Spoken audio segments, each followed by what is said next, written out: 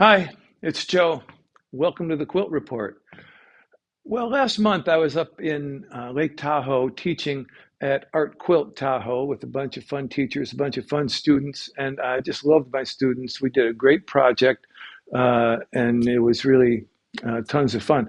But at one point, when I was trying to get my students to engineer on the spot something very difficult that they had put up on their design wall, and I could not get through to everyone exactly how I wanted them to do it and how you could even accomplish this thing that seemed impossible.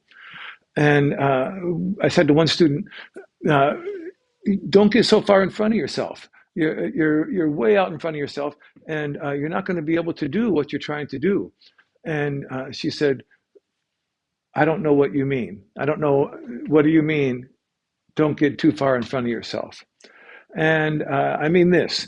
Uh, I made this project. I just started on it this summer, making these faces out of denim. I'm finally getting around to sewing them all together.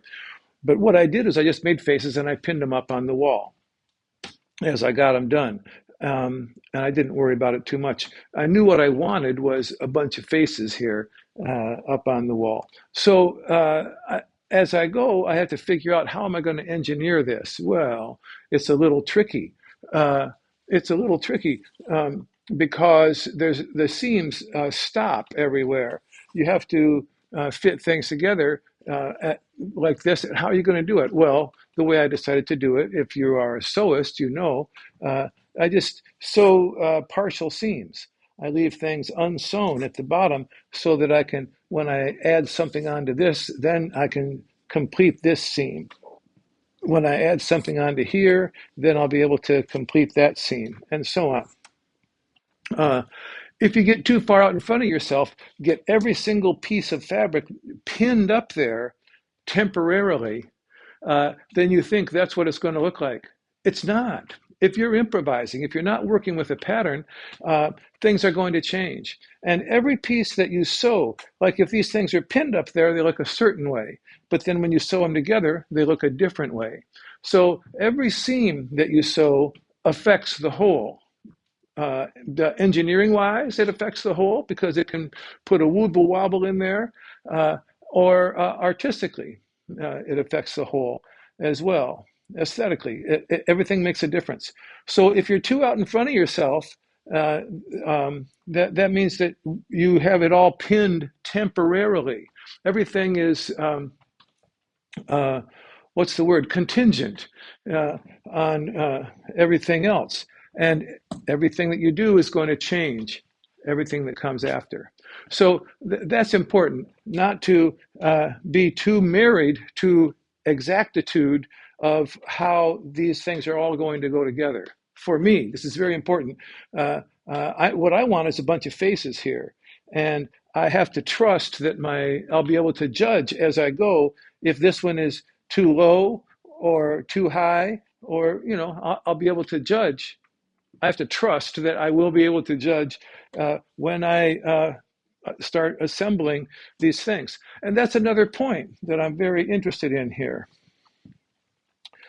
And that is that when you're faced with a big old project like this, it's overwhelming.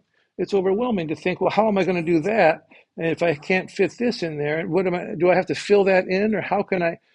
It's overwhelming to think of the number of things. So don't don't think of all those problems. Just think about one. You only have to think about one piece at a time. You only have to think about one scene. How am I going to do this? And well, it's not so hard. I'll sew this piece onto there. First, I'll trim that off, and then I'm going to sew this on there. And then I can flip those over and sew this seam down to about there. Okay, that's all I have to think about is one seam at a time. Just think about just one problem at a time.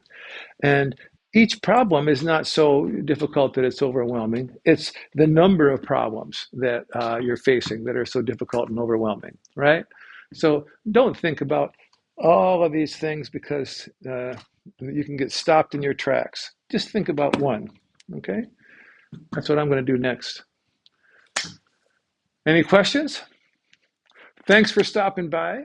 Uh, I love that you come over here for a visit. I'll see you next time.